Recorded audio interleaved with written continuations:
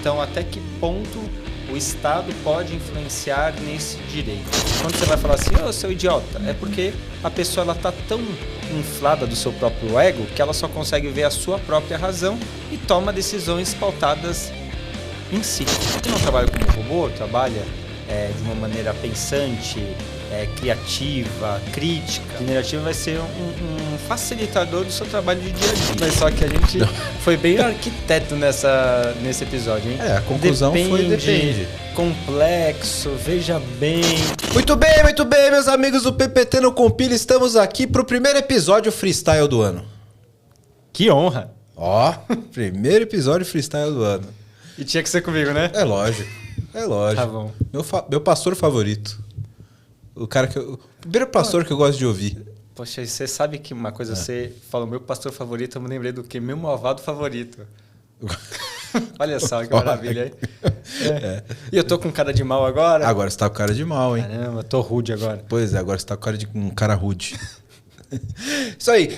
Hoje nós vamos falar sobre um assunto aqui que tem um quê... Todo episódio tem um quê de polêmica e sociedade. Esse cara tá aqui para discutir comigo, que eu gosto muito de conversar com ele. Luiz Rude, o cara da governança de dados. Fala aí, Rude. O cara da governança de dados, que honra. Tem outras referências muito melhores do que eu, mas que honra. Obrigado pelo... Dentro do PPT você é o cara da governança de dados. Então tá bom, dentro do PPT sou o cara da governança de dados. É isso aí. Obrigado por vir, cara. Eu que agradeço o convite, sempre um prazer estar aqui. E que? Esse é o 113, eu acho. 113, olha só. Foi um prazer participar, sei lá, do 15º lá, que a gente falou dos tangerines. Verdade. Depois, lá nos 50, que a gente falou, sei lá, de... Nem sei quantas vezes você já veio aqui. Mano, não, é porque foi... Aí depois eu fiz o do Data Mesh 2 vezes, falei de produto de dados. Enfim, mas é sempre um prazer estar aqui e pode contar sempre comigo. Tamo junto. E hoje nós vamos falar sobre privacidade e evolução de tecnologia. E ética. E ética. Isso Nisso aí. tudo. Ética nisso tudo. É o que me conecta como governança de dados no tema, por isso que eu sei um pouquinho só. Então a gente vai falar a que ponto você pode ceder os seus dados para ter um benefício com um produto ou até que ponto você tem um trade-off nessa questão. Polêmico. Como que entra o Estado nisso? Como entra a regulação nisso? Como entra o viés da sociedade e da inteligência artificial dentro de tudo isso, Rudy? Como evitar preconceitos? Boa pergunta, hein? É uma boa, hein? Saber qual é a resposta? Acompanha que você vai ver agora no episódio. Bora!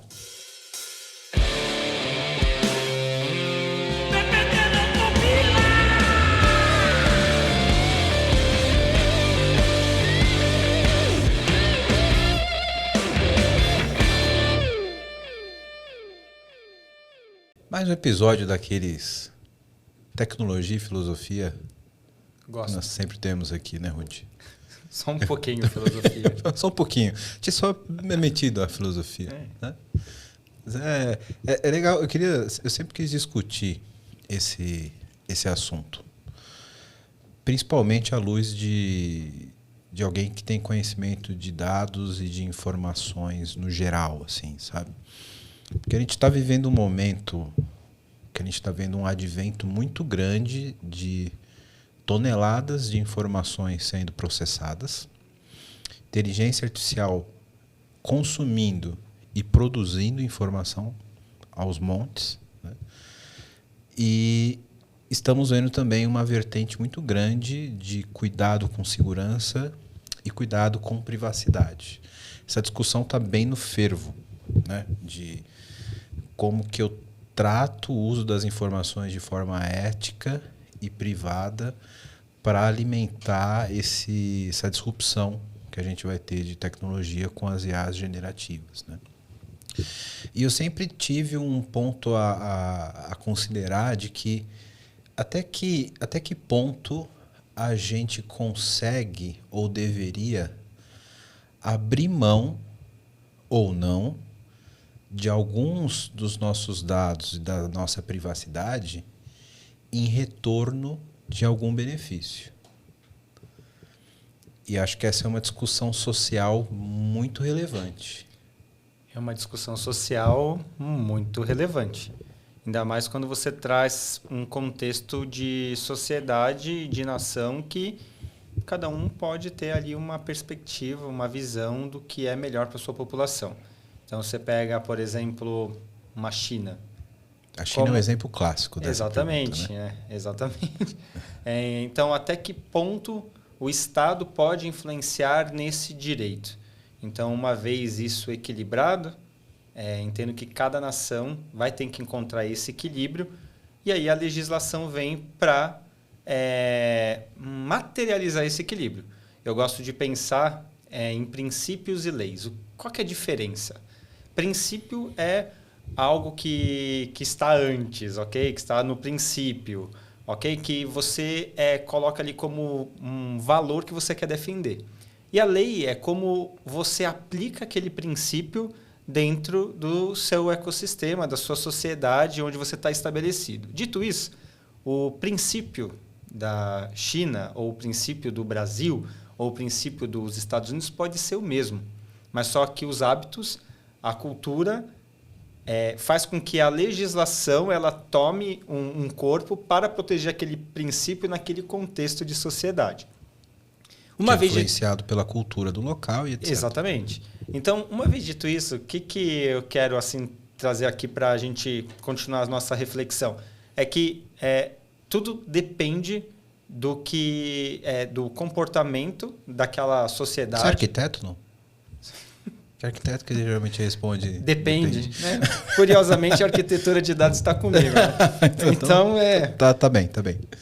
Bom, era só para te desconcentrar, continua. Na verdade, assim, né, depois que a gente atinge um grau de senioridade, né, técnica, o depende passa a fazer muito parte do nosso discurso. Pior que é verdade, depende mesmo, sempre. Porque a gente começa a vislumbrar muitos cenários, né? E a gente começa a falar, legal, isso aqui se aplica para boa parte do contexto, mas tem essa situação que aqui... Se alguém te responde só sim ou não, a chance de estar errado nas duas é sempre muito grande. Então, o que eu percebo assim, é que nós precisamos materializar, através da lei, aquilo que, como sociedade, ali, aquele contexto, quer defender. E aí entram todas essas variáveis que eu comentei.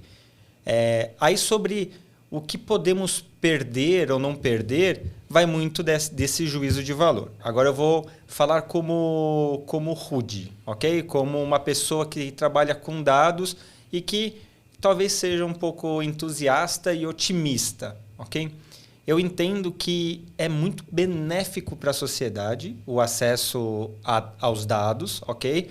Sejam eles pessoais sensíveis, ou então pelo menos com uma descaracterização do nome ou data de nascimento, mas que você pelo menos tenha acesso a um tipo sanguíneo ou algumas outras informações de saúde, por exemplo, que são importantes para você conseguir, por exemplo, melhorar a eficiência de um sistema de saúde. Ou então, para você melhorar uma segurança pública. Ok? Legal. Um criminoso não vai querer divulgar os seus dados de biometria. Mas, espera aí. Esse acesso é importante para que eu consiga identificar em qualquer situação e consiga prendê-lo caso ele esteja foragido. Inclusive, a China tem isso, né? Rio de Janeiro agora também tem identificação facial para... Claro que é Brasil, né? China, sim, né? Deu um monte de problema. Isso foi na mídia agora no começo do ano, né? Que o cara foi identificado... E isso que é o problema, né? O ruim de você ter conhecimento de tecnologia é esse, né? Todo mundo questionou a eficiência do sistema, só que o sistema estava identificando corretamente as pessoas. O problema é que a base de dados estava desatualizada. Tipo, o cara já cumpriu a pena, o mandado já não era mais válido, ou o cara foi inocentado, a base estava desatualizada, o cara foi reconhecido...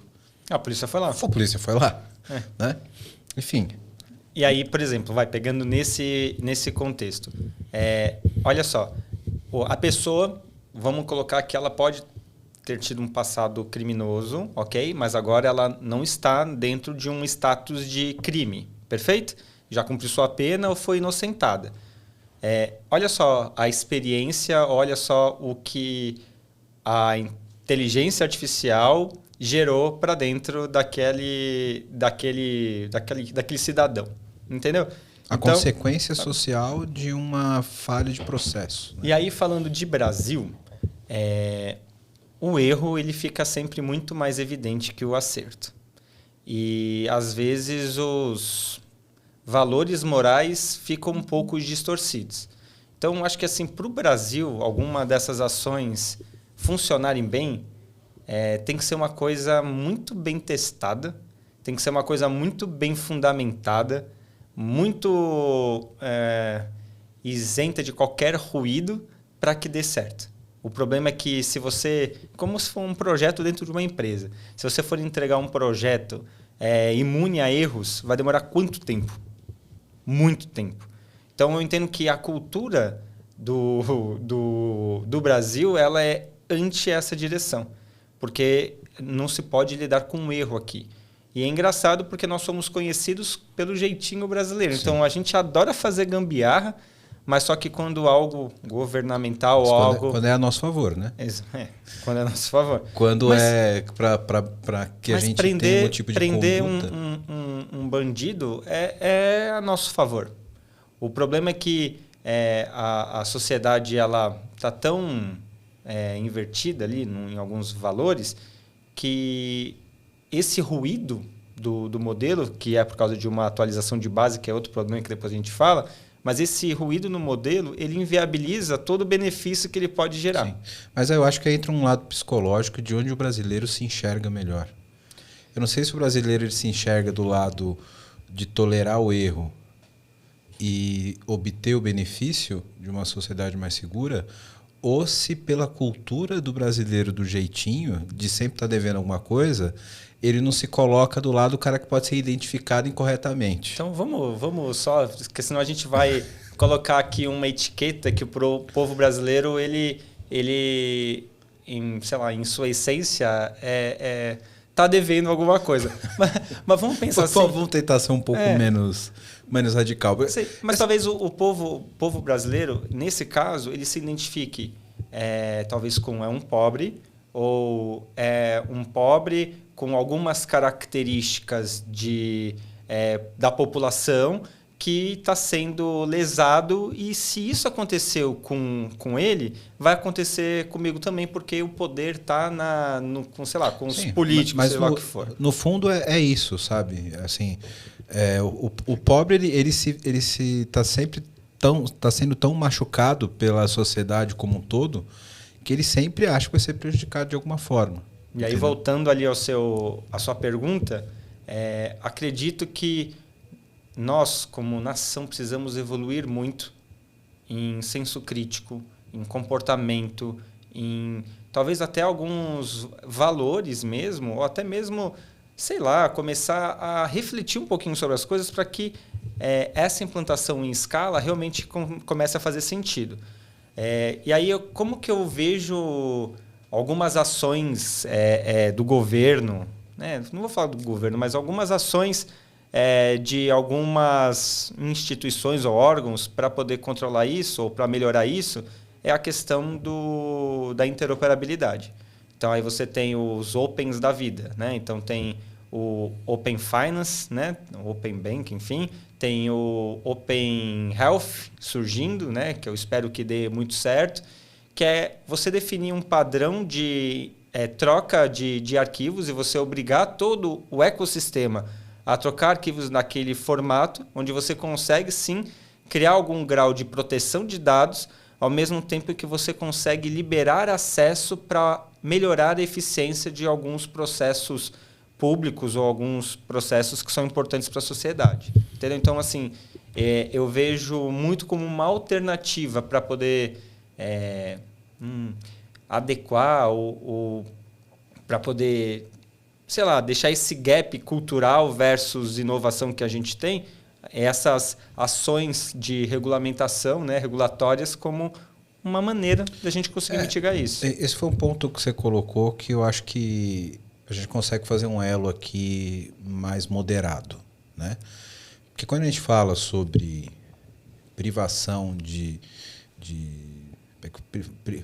privacidade da impressão que o cara foi preso. Não, mas do cara... Privação de acesso ao dado pessoal. Isso. Perfeito. Exato. Quando você pensa nesse sentido, num ponto de vista um pouco mais governamental, ou que envolva o Estado, aí eu já tenho 2 pés atrás. Porque, sabe, o Estado, você pode chegar num nível ditatorial, como é na China, por exemplo. Então, você nunca sabe quem está no poder do que ele é capaz de fazer. Então, eu sempre parto do pressuposto que isso vai ser sempre um problema. Mas só que você vai ter esse problema sempre, independente se é com o Estado ou se não é com o Estado. Não, é que com o Estado ele tem o poder da força, né? Em tese. É quem deveria ter o monopólio sobre o poder da força, né? Então, e é engraçado, porque aí a gente traz para o contexto, novamente a gente falou no começo. Vou falar de 2 palavras. Mas deixa eu continuar, você vai entender o ponto que eu quero chegar. Só que quando a gente traz esse contexto para um mundo mais mercadológico, aí eu acho que fica mais fácil da gente medir esses gaps. Que nem você falou sobre Open Banking, Open Finance, Open Health, enfim, o Open World, né? Que vai trazer essa facilidade, trazer novos produtos, novas facilidades através do uso de dados, né?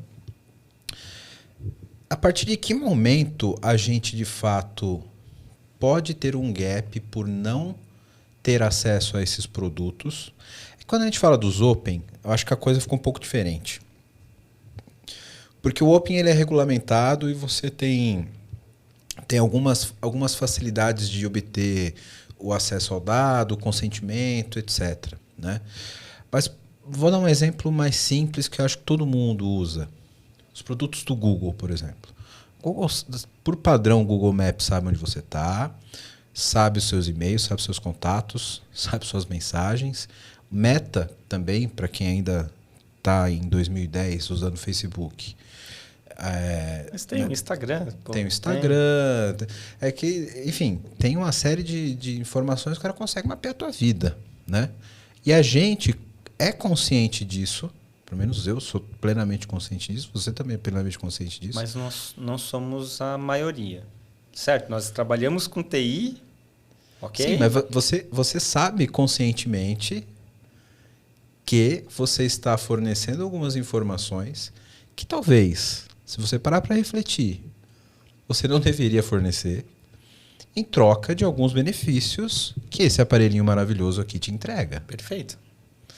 Qual é o tamanho desse gap? Qual é o tamanho desse trade-off? Até onde a gente abre mão de privacidade, por exemplo, do Google saber onde você está e te mandar uma mensagem sobre alguma oportunidade naquela região, e você não fornecer esse dado porque, teoricamente, sua privacidade ela é um pouco mais valiosa do que isso. Qual o tamanho desse trade-off? Comparando quem? Comparando o Google, Meta e, sei lá, Apple e tudo mais com quem? É porque, assim, eu tentei trocar o personagem. Eu tirei o Estado e pus o Google. Uhum. Porque o Estado eu acho que é muito sério. Eu acho que é um problema muito mais amplo. E é engraçado, porque o que é mais importante para você? Ter uma experiência de uso no Instagram melhor ou ser atendido num hospital de uma melhor maneira? Cara, essa tua pergunta é maravilhosa. Porque, muito provavelmente, muitas pessoas não desabilitam a localização do Google no seu celular Android, mas essa pessoa não daria o prontuário dela no hospital. Exatamente. Mas ainda, se bobear, ainda tem os dados, as informações de saúde no aplicativo do celular. Sim, exatamente. Então, assim, o gap... Porque, inclusive, o Google sabe que você pesquisou que estava com dor de barriga semana passada. O gap, eu acredito, assim, entre... E uma IA generativa pode ter uma possibilidade de diagnóstico com os seus dados. Caramba, diagnóstico é pesado, né? Pelo Suposição. menos, mas pode. Pode ter. Pode. Mas, assim, o que eu vejo, assim, o tamanho do gap, acho que é monstruoso. Tá? Primeiro porque, se você comparar a Google, qual que é a missão da Google?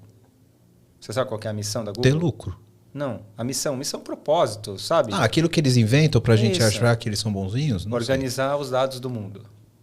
Beleza? Legal. Achei que era ter lucro. E aí, quando você vai pra Apple, é algo mais voltado à experiência fantástica do usuário e tudo mais. Entendi. Promover a melhor experiência para o usuário. Mas o que eu quero dizer com isso é assim, essas duas empresas em específico, elas já estão muito mais organizadas, estruturadas, já se prepararam digitalmente muito antes do boom da transformação digital, do que, por exemplo, as empresas. E se eu estou falando que eles estão muito distantes das empresas tradicionais, imagina a distância do Estado. Então, eu vejo assim que o gap é monstruoso por causa da organização dos dados, e mesmo que as empresas ou até mesmo o Estado tivesse acesso aos dados, eles não estando organizados, não passando por uma curadoria, não sendo atualizados de uma maneira adequada, que nem foi o exemplo que a gente falou do Rio de Janeiro. Eu só vou te fazer uma observação. Eu entendi o teu ponto. Uhum. Mas eu acho que quando eu falo do meu receio desse tipo de privacidade envolvendo o Estado, aí eu vejo o Estado de duas formas. Acho que para mim ele tem duas caras. Ele tem o sistema porcaria do serviço público que ele me presta, que não tem investimento e que é muito mal feito, que a gente tem a impressão de que essa é a tecnologia do Estado. E a gente tem a tecnologia da inteligência do Estado, que eu tenho certeza que não é aquele Gov.br que você entra lá que está fora do ar. Com certeza não é. Né? Então, o meu medo é a outra cara do Estado, que eu acho que esse é um pouco mais sério, sabe? Sim.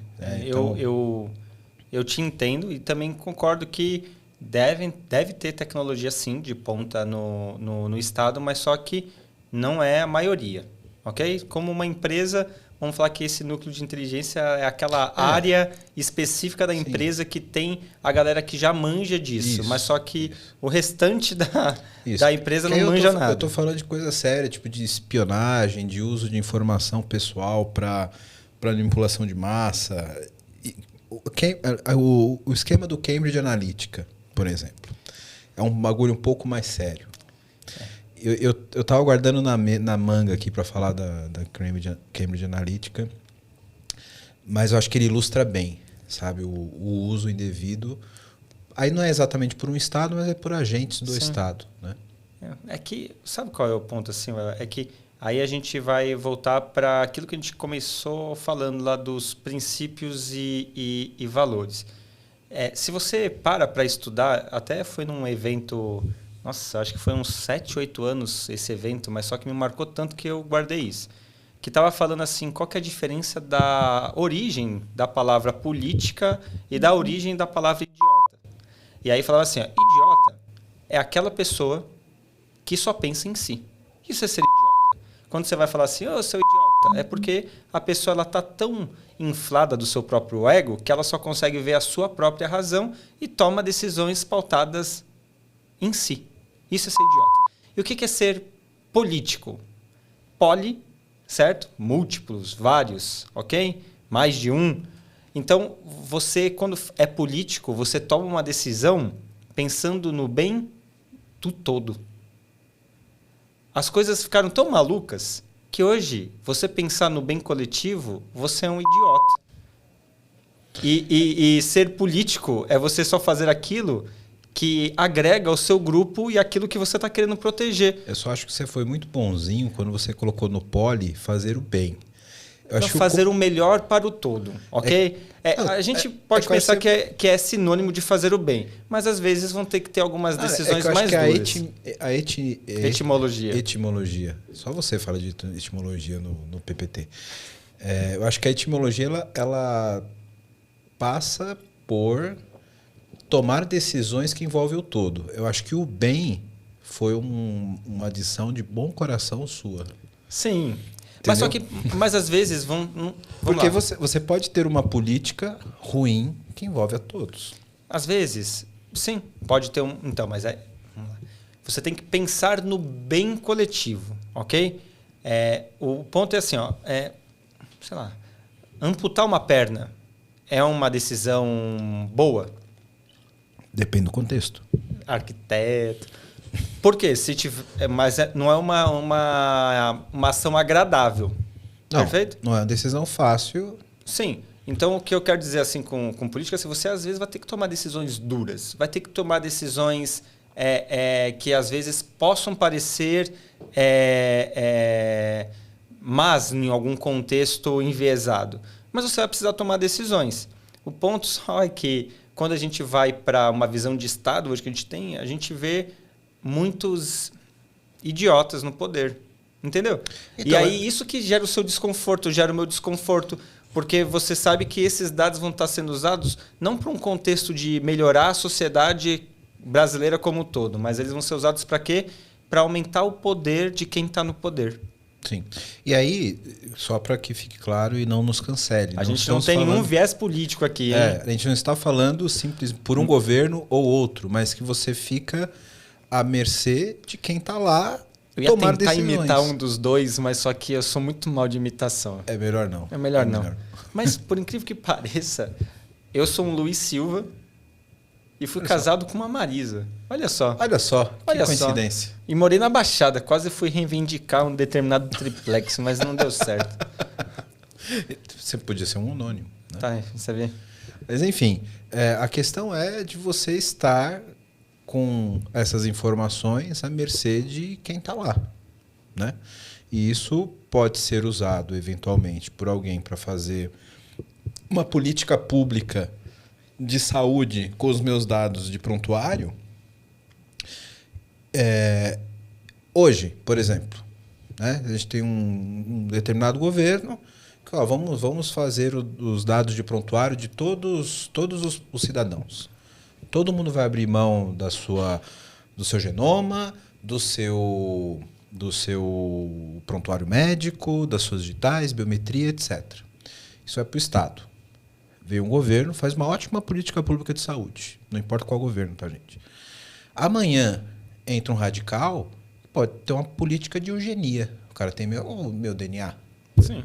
E aí o cara vai falar que não, eu posso não ter acesso a um determinado seguro-saúde, os meus filhos não ter acesso a uma determinada universidade por causa da minha descendência. São coisas que a gente... E, gente, pode parecer um absurdo. Mas pode acontecer. Mas a gente já viu isso acontecer no mundo 1 bilhão de vezes. Né? Mas aí, por exemplo, ó, falando da tecnologia, ok? Da tecnologia. Veja que a tecnologia vai ser sempre o meio, ok? Ela vai ser o meio de você aplicar ali o como que aquela legislação vigente vai estar determinando. Então, se surgir o doido que fala que você ou seus filhos não possam ir para a universidade porque você é de determinada origem. Vamos lá, ele estabelece isso em lei. O que a tecnologia vai estar fazendo? Materializando a lei. Sim. O que eu quero dizer é assim, que assim, o problema ele não vai estar na tecnologia em si. Não, mas claramente. Mas é sempre no princípio que sem dúvida, que o dono do poder ele tem. E eu só te trouxe aqui para a gente discutir exatamente o princípio do uso da tecnologia. A tecnologia a gente discute em outro episódio. Então, mas aí, por exemplo, assim, ó, eu acho que é meio utópico a gente pensar, e por mais que a gente antecipe as jogadas que a sociedade possa ter, mas eu acho que é utópico a gente pensar que a tecnologia, num primeiro estágio, ela vai nascer já preparada para conseguir proteger a sociedade contra essa ditadura que possa acontecer no futuro. Não é só simplesmente... É que a gente está muito preso ao saldo estatal. Né? Que eu acho que não estou preso, não. É um exemplo radical. Né? Uhum. Mas o ponto principal é tipo como a gente evita a distopia, de certa forma. Como a gente cria mecanismos... Tem que lançar o MVP. Não, pô, mas o MVP sempre funciona bem. Mas é que mas assim, o produto desanda no meio, cara. Mas vai ter que ter uma primeira versão. Entendeu? Vai ter que testar. Mas como é que eu vou... Mas aí a gente tá indo pro lado do desenvolvimento. O cara que está fornecendo os dados, o cliente, ele não sabe se é um MVP. Não, ele não sabe. Ele não sabe. Né? Mas aí você vai ter que ter uma proposta de valor bem materializada. Aí eu volto na pergunta inicial. Como que eu meço esse trade-off do qual valor do meu dado para saber se eu tenho benefício ou malefício em retorno de fornecer ou não aquela informação. Te peguei. Não, é que realmente é porque essa que eu acho que não tem uma resposta conclusiva. Entende? Eu vou falar assim, minha postura. Eu sou uma pessoa extremamente transparente. E se chegar uma pessoa desconhecida aqui e perguntar meu nome, eu vou responder. Se pedir meu CPF, eu vou passar. Entendeu? Não tem o que esconder. Ok? Lógico que eu também não vou ser negligente ponto sua senha tem caracteres especiais, pelo menos, né? Tem. E às vezes é até difícil de digitar de tanto caractere. Mas tudo bem. Mas o ponto é que, assim, acho que às vezes a gente, povo brasileiro, não sei se em todas as nações, porque eu não sou um viajante, mas a gente tem muito receio, às vezes, de compartilhar algumas coisas, acho que pelo receio do Estado, ou receio do mundo capitalista que a gente vive. Mas, a princípio, assim, eu sou favorável a não limitar o acesso aos meus dados, porque eu entendo que isso sempre vai me dar algum retorno, algum benefício, seja numa experiência do app, seja numa experiência ali no hospital. Eu já parto com essa premissa. Então, acho que o ponto só é que vai muito daquilo que a pessoa tem para si. Se ela não gosta não quer compartilhar porque ela sente que ela vai ser invadida, eu acho que ela tem o direito de não compartilhar. Então, vai muito de pessoa a pessoa. Eu só acho que aí a gente entra em alguns paradigmas que, quando você oculta o dado, você, na verdade, eu acho que beneficia o fraudador. Por quê? Porque, por exemplo, o cara que está devendo todo mundo não quer que o dado do processo seja liberado. Seja evidente que ele tem ali um processo porque ele fez alguma coisa errada. O bandido não quer que você saiba que ele foi preso porque ele matou uma mulher e ele quer namorar com sua filha. Entendeu? Agora eu te disse, quando você oculta o dado, você acaba ocultando informações que deveriam ser públicas para a sociedade, você quer dizer? Isso. Né? Entendi. É que da forma que você falou, da impressão que facilita o fraudador com o meu dado. Não, beleza. Mas aí por isso que... E aí entra em outro... Esse ponto que você falou agora é legal porque, ao mesmo tempo, os seus dados estarem muito abertos, né? Faz com que você possa ser vítima de... Sim, mas aí eu acho que aí o Estado deveria ter uma intervenção nisso. Por exemplo, eu acho que... porque é crime. Sim, então deveria. Eu acho que aí, por exemplo, quando... Não sei, aliás, desculpe se alguém tem conhecimento sobre isso, comenta aqui embaixo, porque hoje é um episódio de... Aleatório. Freestyle. Então, se você tem conhecimento sobre isso, deixa o comentário aqui. Mas, por exemplo, esse tipo de informação deveria ser obrigatoriamente pública. Se cometer um crime, essa informação deveria ser pública. Então, aí entram em algumas nuances, né? A pessoa ela foi criminalizada, mas não foi flagrante e não tiveram ali provas muito conclusivas. Não, aí se ela não foi condenada, não tem nada público. Por exemplo, ó. Porque aí eu acho que é o seguinte. Eu aluguei uma casa que eu tive, comprei uma casa há uns anos atrás e eu aluguei essa casa. O que o antigo inquilino fez? Ele não estava pagando. E aí eu falei, então, já que você não está pagando, vou ter que sair de onde eu estava alugando para voltar para casa, certo?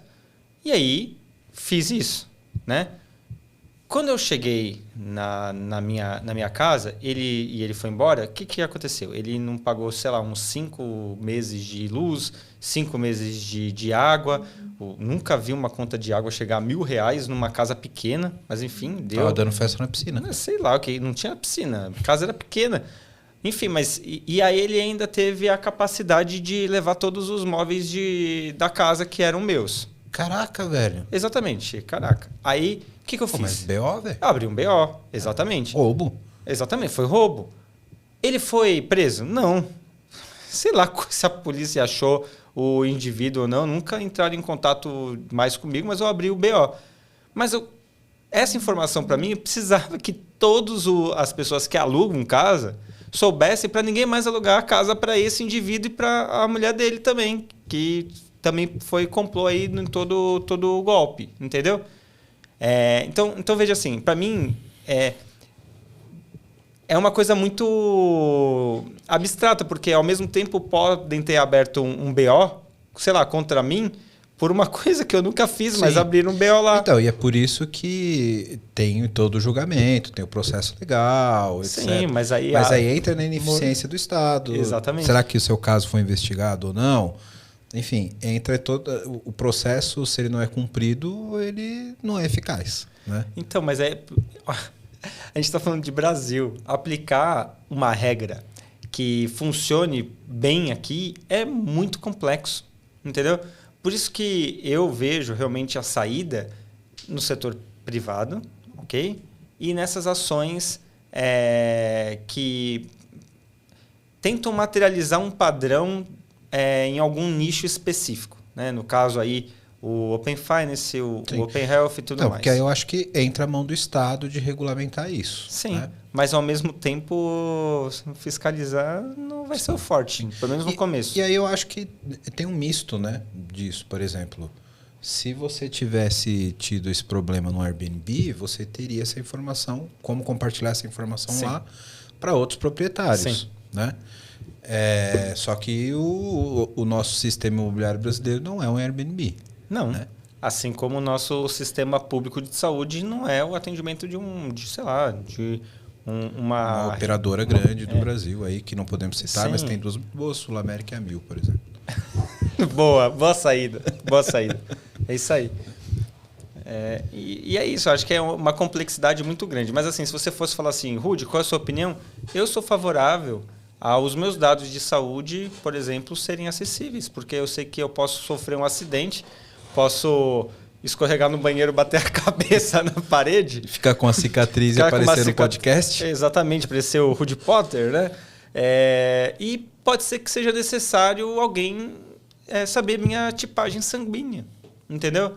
Pode ser necessário que saibam se eu tenho alergia a algum medicamento para que eu possa ser salvo. Entendeu? Cara, sabe que eu estava lembrando esses dias que eu queria fazer um exame, uma endoscopia, e eu lembro que eu já tive um problema parecido no passado, há muitos anos atrás, quando eu era adolescente, jovem. Faz tempo. Faz um tempinho aí, algumas décadas. E eu lembro que eu fiz esse exame e eu lembro que o médico falou, alguma coisa, que não precisa se preocupar, não sei o que lá, mas daqui a uns anos vamos ver de novo. Chegou os anos. Então, mas cara, eu não consigo me lembrar o que era. Aí, ó. Eu não consigo me lembrar o que era. Mas esses dias eu tava pensando, mas já senti isso aqui alguma vez na vida. Aí eu comecei a buscar lá na memória, falei, cara, eu já fiz um exame assim. E aí eu lembrei que o médico me falou alguma coisa e eu não consigo lembrar o que era. Não era nada grave, porque coisas graves você não esquece, né? Exatamente. Mas só que aí, olha só que maravilha o que você está falando. Ó. Se a gente tivesse a sua informação de uma maneira interoperada ali para o sistema de saúde central, ok? Aí hoje você ia fazer o exame e você ia ter a materialização daquela visão daquele médico. Quantas correlações um algoritmo, um estudo poderia fazer e entender pessoas potenciais a terem uma determinada condição de saúde que poderia ser evitada ou mitigada? Não, e eu vou até no exemplo mais simples. Se seria importante para mim, porque eu não lembro mais pelos anos que passaram, imagina para o médico que vai fazer o mesmo exame agora. Ele saber qual que era a situação alguns anos atrás. Para ele entender a evolução. A gente tem dificuldade de saber, de um dia para o outro, porque foi feito um exame num hospital e o outro foi no outro hospital. Imagina numa linhagem temporal que nem você está comentando. Então, eu acho que sim, o benefício, para mim, é extremo. Mas só que estamos no Brasil, do mesmo jeito que vai ter muito benefício, muita oportunidade, vai ter gente que vai tentar achar vantagem em ter acesso a essas informações, entendeu? Sim, exatamente. E aí você sempre... Enfim, é muito difícil equilibrar. Qual o trade-off? É muito difícil equilibrar, entendeu? Porque, no final das contas, me parece que nenhuma decisão vai estar 100% certa e nenhuma decisão parece que vai estar 100% errada, entendeu? No final das contas, eu acho que cada um vai ter que ser fiel àquilo que acredita, até que a gente tenha informações suficientes para ter um parecer comum. Vamos liberar, não vamos liberar. Cada um libera o seu, mas só que quem consegue fornecer o dado vai ter uma experiência diferenciada. E às vezes até não, né? Porque precisa de um volume significativo, às vezes, para você conseguir entender comportamentos e tudo mais. Mas eu acho que vai ser uma coisa que o mercado como um todo vai ter que testar, usar, para poder entender o que faz sentido ou não. Entendeu? De bate-pronto assim, pum. Quero falar com você agora que ainda não conhece a Clever. Clever é uma empresa que já tem mais de 3 milhões de usuários em 30 países com 30 idiomas diferentes, que tem trazido soluções em blockchain, criptomoedas e ativos digitais. O objetivo da Clever é te dar liberdade financeira para operar nesse mercado de cripto. Então, se você acredita nisso, se você acredita nessa liberdade, você já pensa como a Clever, vai conhecer os caras, é clever.io. Estão contratando também pessoal para trabalhar com cripto, com blockchain. Então, se você tem interesse, se você tem conhecimento nessa área, procura a Clever. Se você gosta de criptomoedas, se você opera no mercado, você precisa conhecer a Clever, precisa conhecer as soluções da Clever. Então, o endereço está aqui embaixo no vídeo. Para quem não está no YouTube, é clever.io. Vai lá, vai conhecer, que realmente é um mercado sensacional.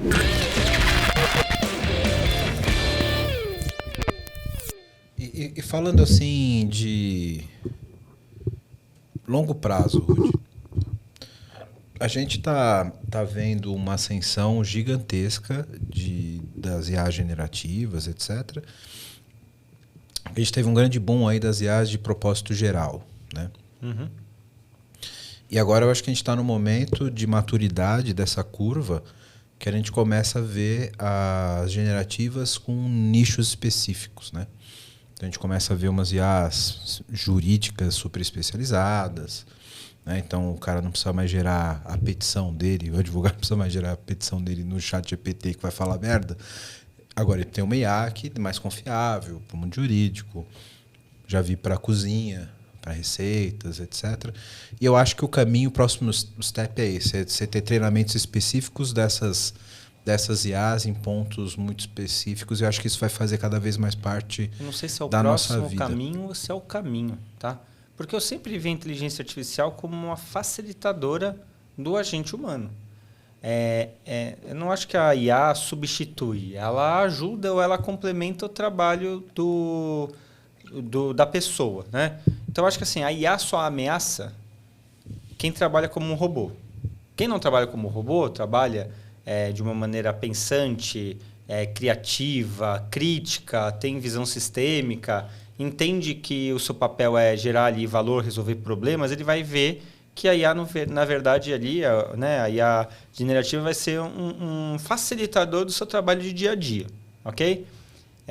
Então, assim, eu vejo que esse vai ser o caminho e espero que esse seja o caminho percorrido, que a gente teve um boom muito assim de IA vai resolver tudo para tudo. Não acho que vai ser isso, nunca achei que ia ser isso. E que bom que agora a gente está indo para essa parte mais especialista, mais de nicho. Sim, tá bom? Eu acho que isso deve fazer parte do nosso dia a dia cada vez mais, né? Sim. Então, vou cozinhar. O que acontece se eu botar queijo no meu macarrão com brócolis? Qual a melhor proporção e tal? Eu vou ter uma IA que vai me ajudar a fazer isso no tablet lá da cozinha. Isso, mas tem que tomar cuidado, porque isso não quer dizer que você não possa experimentar coisas novas sem a recomendação da IA. Que eu acho que assim, novamente, a IA ela vai ser um apoio, uma ajuda. A decisão ela vai vir do agente humano. A decisão, nesse mesmo exemplo que eu dei, o que será que acontece se eu colocar queijo no macarrão com brócolis? Quanto eu deveria pôr de queijo? Aí talvez a IA me ajude com o banco de dados dela a fazer isso. Mas, eu não posso ser o cara que vai chegar e falar, o que eu faço para jantar? Que aí, né? Enfim. Mas o ponto que eu quero chegar a gente vai ter cada vez mais essas inteligências artificiais nos auxiliando no dia a dia. E para que elas de fato sejam assistentes produtivos para o que você faz, ela vai ter que ser personalizada para o teu contexto, para a sua vida. Por exemplo, Vai ter nesse que ter exemplo, acesso aos seus vai ter dados. que ter acesso aos seus dados. Né? Como é que a gente começa a se adaptar a isso e o quanto arriscado vai ser isso? Porque eu vejo, aí é uma opinião, tá? Matrix. É quase o Jarvis lá do... Eu sou Neo agora. Eu vejo uma disparidade muito grande entre a maturidade de gestão de privacidade e o estouro que a gente teve de evolução de inteligência artificial. Não precisa nem ir para muito longe. Tipo assim, a gente tá falando já há anos e anos de ética no uso dos dados para inteligência artificial e não se chega a uma conclusão. Projetos de lei foram abertos, várias coisas, mas como que você vai garantir que uma determinada base ela não está enviesada ou não tem um preconceito intrínseco a ela, porque o preconceito está na própria sociedade? Vou dar um exemplo bobo aqui. Assim. Quem, há 15 anos atrás, usava plano de saúde? Elite. E há 5 anos atrás? Funcionários de grandes empresas, médias empresas? Acho que ainda mais elite ainda, talvez. E essa elite é composta por que tipo de pessoa? No Brasil, geralmente pessoas com alto grau de instrução, brancas, hétero. Perfeito. Enfim. Beleza? É isso mesmo. Aí eu vou falar assim, vou criar um modelo de inteligência artificial utilizando esses dados. Você vai ter um viés, claro. Mas vamos lá, na base, eu não estou falando, eu não tenho uma classificação de etnia, de raça. Você não tem o dado nem para poder calibrar a curva, não né? tenho. Entendeu? Mas só que a gente sabe por contexto que a base que eu vou estudar, ela já é preconceituosa por si só. Uhum. Então, por mais que o dado não torne o preconceito explícito. Exatamente. Então, por isso que eu vou fazer, é uma coisa muito difícil a gente trabalhar com ética e IA. Talvez, se você customizar os dados para ali uma IA generativa, um assistente pessoal do HUD, da pessoa A, da pessoa B, da pessoa C, isso seja um pouco menos ofensivo, porque as decisões elas vão estar pautadas naquilo que a IA aprendeu da pessoa. Sim. Posso dar um exemplo? Uhum. Que eu fui formando aqui no exemplo que a gente deu antes da IA de culinária. Vamos supor, eu vou fazer uma inteligência artificial que vai me sugerir e me ajudar com ingredientes dos pratos dos restaurantes mais refinados de São Paulo. Né? Então, vou treinar ali os principais pedidos dos restaurantes nos últimos 10 anos, por exemplo. Todos os pratos. A gente está de novo falando de restaurantes frequentados por quem? Pela elite. Sim. Branca, paulista, do Sudeste, hétera. Só que restaurante tem esse dado aí não é etimológico. Etnia. De etnia. Eu não sei qual que é outra palavra, não. Não sei, não tem? Não tem. Não tem. Você acha que essa inteligência artificial ia me sugerir um prato super requintado do Nordeste, por exemplo? Talvez sim, talvez não. Provavelmente não. Depende do... Teria um viés. Depende de como ela foi construída. Sim. Né? E para quem ela foi construída. Então, mas sugerindo pela base que você capturou essa informação, pelo espaço amostral, você vai ter um reflexo do que são os principais restaurantes aqui do Sudeste. E não do Nordeste, que tem uma comida típica maravilhosa, né?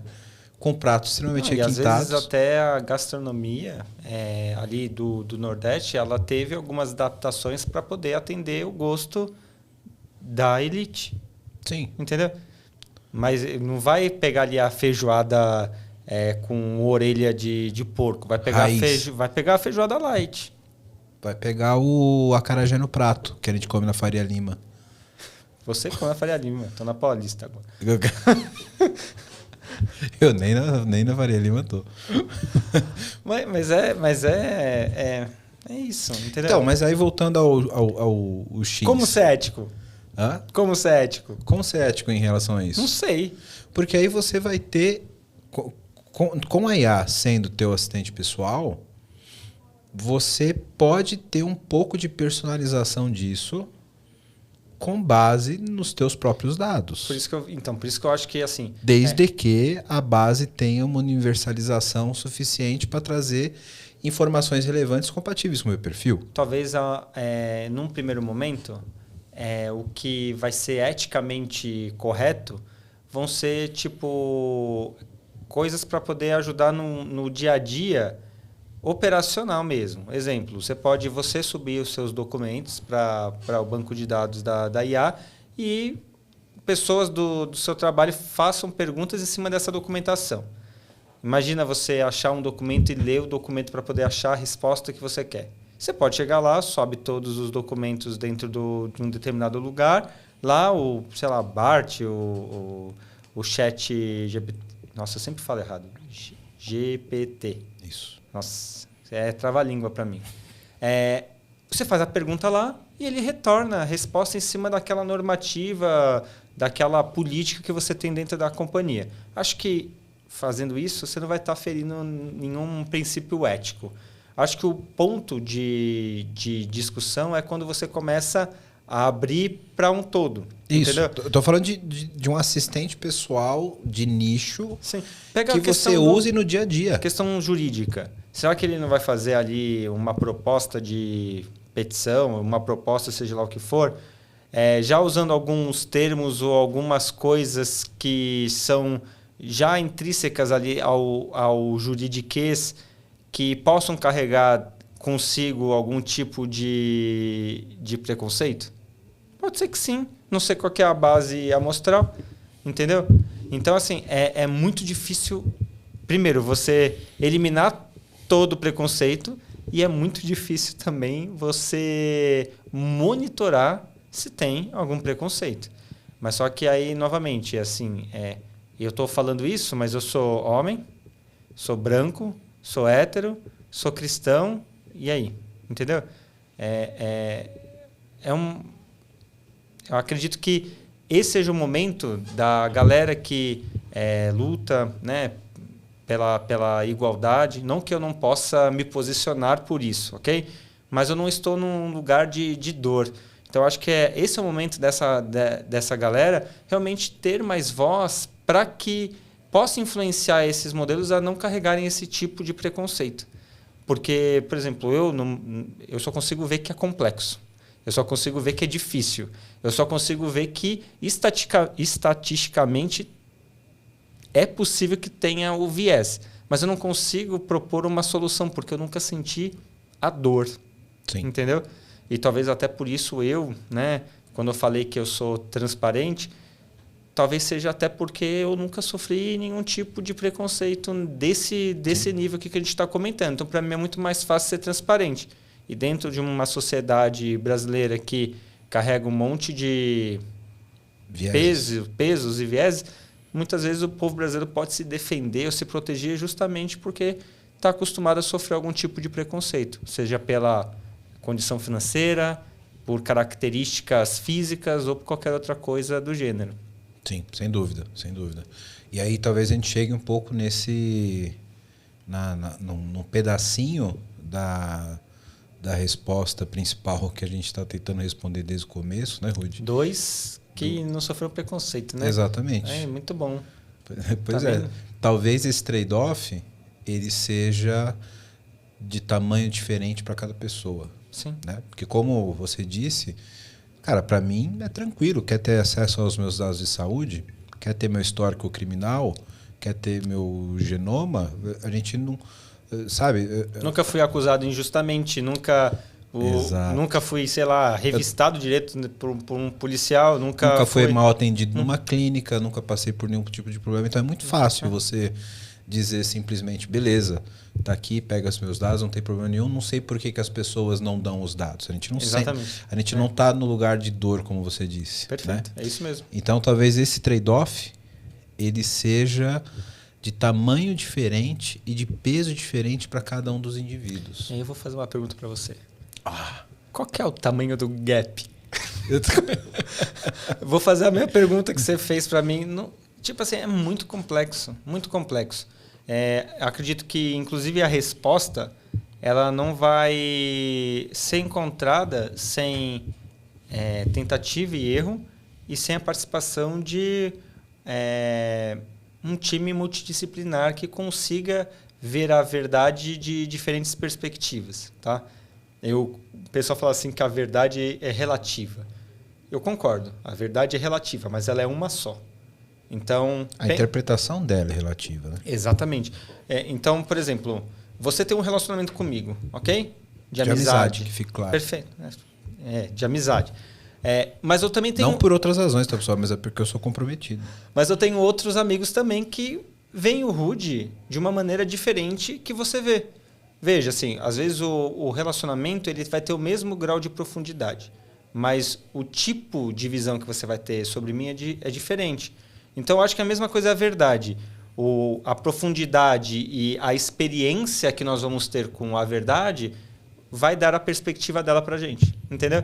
Então, por isso que eu falei assim, tem que ser um time que consiga ver essa verdade de diferentes ângulos para que a solução pensada respeite todas as perspectivas. Sim. Porque se não for assim, é muito difícil. Eu acho que o principal quando a gente fala de times multidisciplinares para resolver problemas complexos, não estamos falando só sobre ter pessoas com profissões diferentes ou com experiências diferentes. Estamos falando de ter pessoas diferentes, né?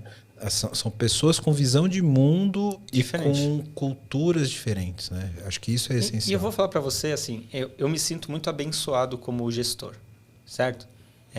Falam lá que o time é reflexo do líder, né? do gestor.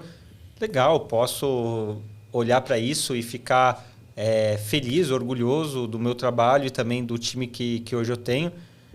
Mas uma das características que eu mais vejo como essenciais para que o meu time tenha uma alta performance, uma alta produtividade, consiga agregar valor em escala dentro da companhia, é justamente esse.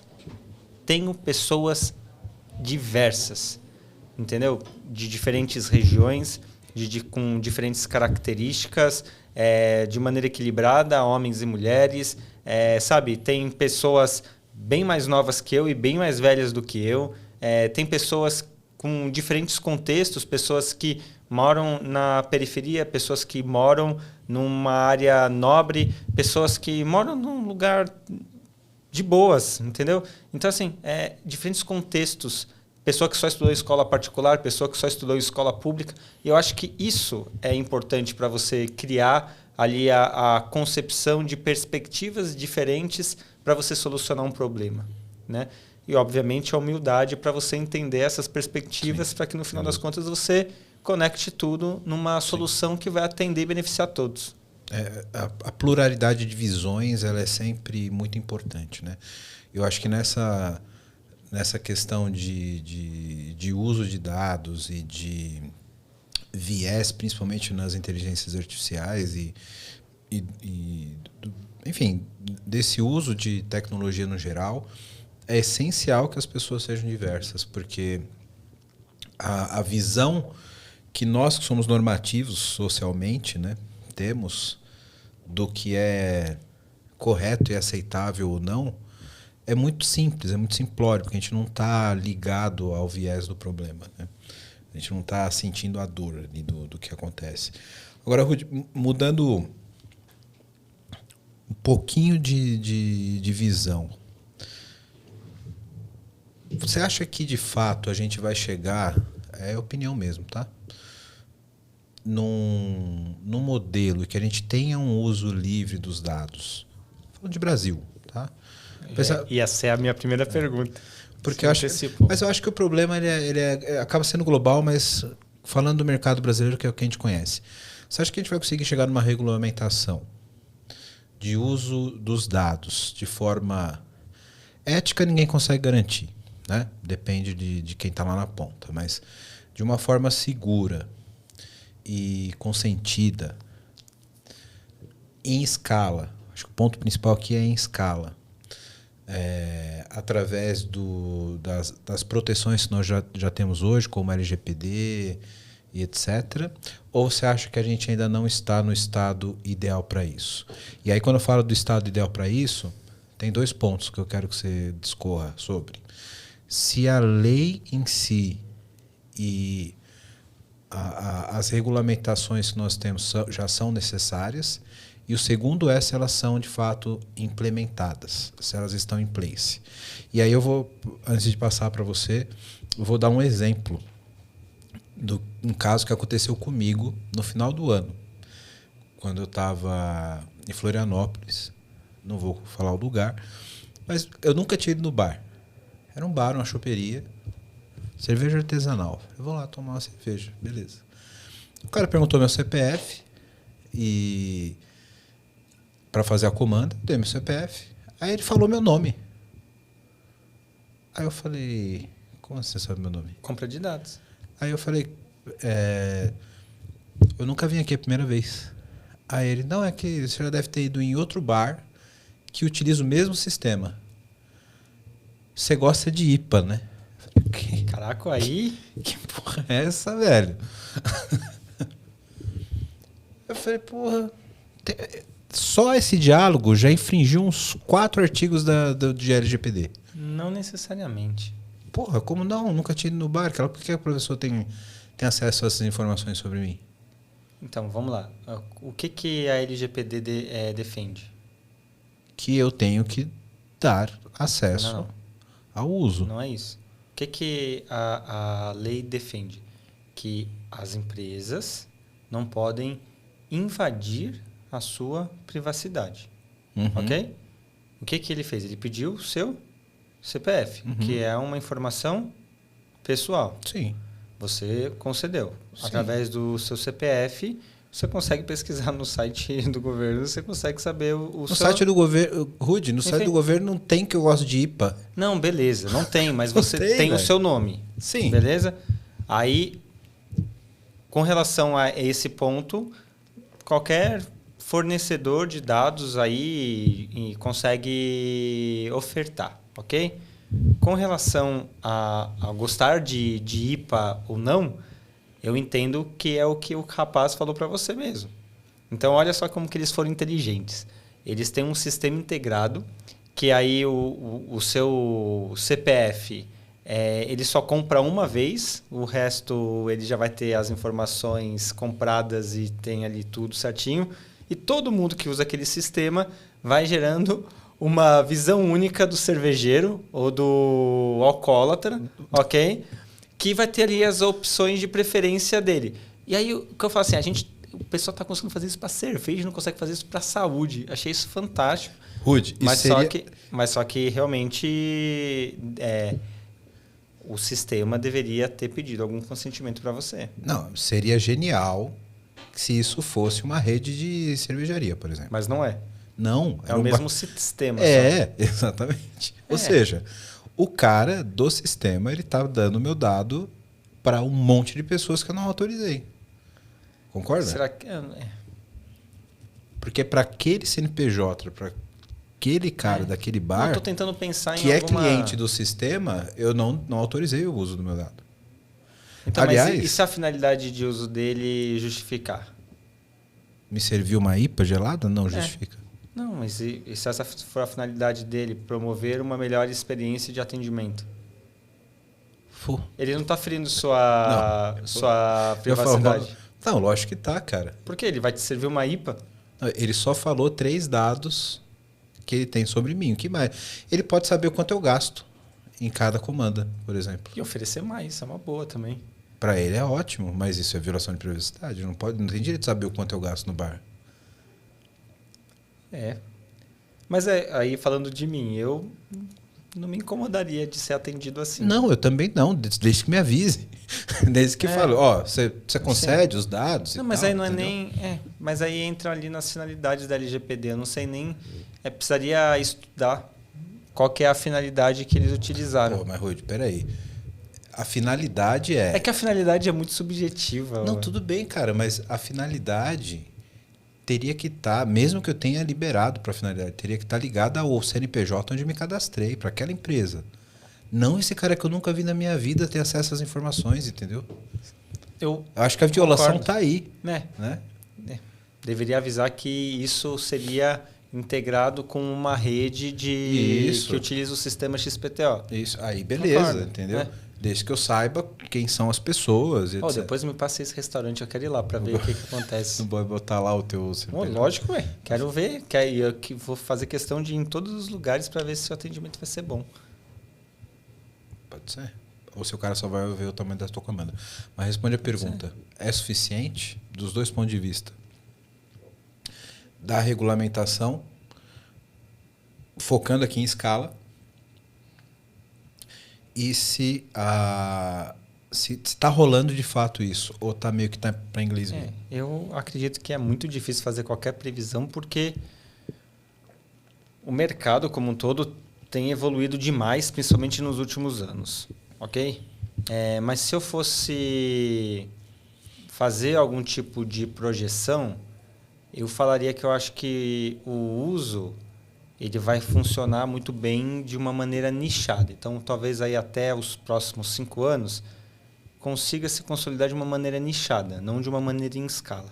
Eu consigo, talvez, equalizar bem a IA para determinado contexto de sociedade. Ponto. Só para isso.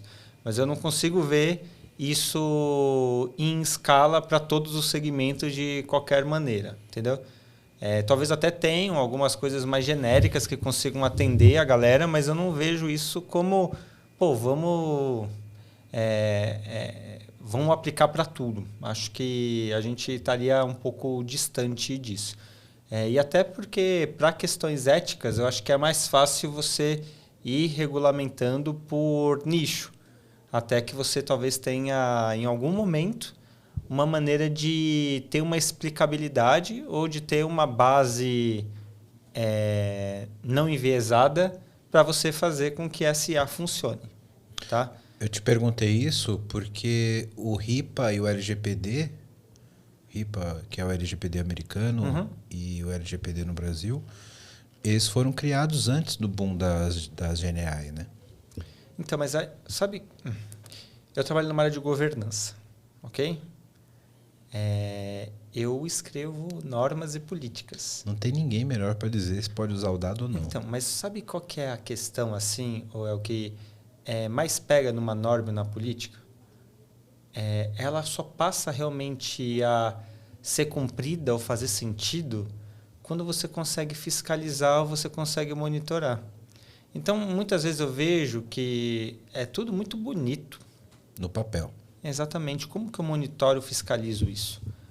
Então, assim, eu vejo que até a própria LGPD, né, outras legislações de outros países, elas tendem a amadurecer para que elas realmente sejam passíveis de serem aplicadas, monitoradas e, se descumpridas, gerem algum tipo de ação, ok? Seja de promoção, preventiva, punitiva, né, ou paliativa, ok? Mas eu acredito que vai ser um processo de evolução e, na minha concepção, por nicho, tá? Porque eu acho que é muito difícil você garantir ética de uma maneira genérica, entendeu? Vai ter que ser analisado contexto a contexto, por isso que, para mim, se a gente for falar de um horizonte de 5 anos, eu entendo que vai amadurecer, vão ter casos, mas ele vai muito nessa linha. Inclusive, eu acho que a penalização, a punição, ela é um agente de transformação, ok? Educativo, né? Infelizmente, aquela história do ou vem pelo amor ou vem pela dor, na maioria das vezes só funciona na dor. Dificilmente as pessoas veem no amor. Dificilmente assim, eu vou usar os dados do Wellington com sabedoria e com empatia, não ferindo a privacidade dele. Não, vão ferir a privacidade, alguém vai levar uma multa cabulosa e isso vai gerar transformação. As empresas, elas não vão investir em segurança para proteger os dados dos meus clientes. Não, espera a exposição, levar uma multa do caramba, ter o nome e a marca perdendo credibilidade para depois investir em coisas que provavelmente lá a galera de segurança já estava avisando uma cota. Sim. Entendeu? Então, infelizmente, a maioria das transformações elas vão ser na dor, e eu entendo que vai ser uma evolução da maturidade da lei, conseguindo penalizar, punir algumas empresas, ok? Que não vire também uma indústria de punição, por favor, mas isso vai gerando uma evolução tecnológica para depois aplicar novas, ajustar a lei, para depois aplicar novas punições, e acho que isso vai... Exatamente, até que a gente encontre uma maturidade, um equilíbrio entre a norma /política /lei e a tecnologia aplicada ali para poder resolver um problema de negócio que está sendo resolvido, tá? Bom, você que está vendo esse podcast da hora, tá vendo um monte de problema aqui que a gente está colocando, né? E quer uma ajuda aí na sua empresa, faz o seguinte, entra no site aqui da VMBears, que a gente pode te ajudar, vmbears.io. Nós somos uma empresa relacionada à arquitetura de soluções, a modernizações de aplicações, também atuamos na frente de DevOps, para ajudar vocês a serem extremamente ágeis. Então, dá uma olhada no nosso site, que vai estar aqui embaixo, vmbears.io, e lá você vai poder ver um pouquinho da nossa história, dos nossos profissionais.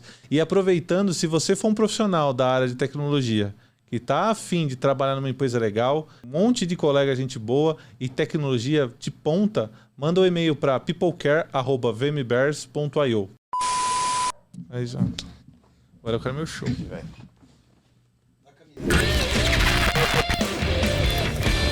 Então, você acha que a gente vai passar por novas evoluções da LGPD para essa escala de inteligência artificial, etc.? É que se a gente for olhar o mercado, de fato, ainda no normal, no dia a dia, no nosso cotidiano, a gente está bem longe do uso de dados para GenAI, etc., né? Isso está num nicho muito específico ali das Big Techs e de algumas grandes empresas brasileiras, né? Mas você acha que para isso ter escala no dia a dia, num futuro médio prazo, a gente deve evoluir com isso? Vou responder falando uma coisa que eu falei no começo. A lei defende o princípio. Se a sociedade mudar, se a tecnologia mudar, se alguma dessas coisas mudar, eu preciso evoluir a lei para poder defender o princípio dentro daquela nova vertente de variáveis. Ok?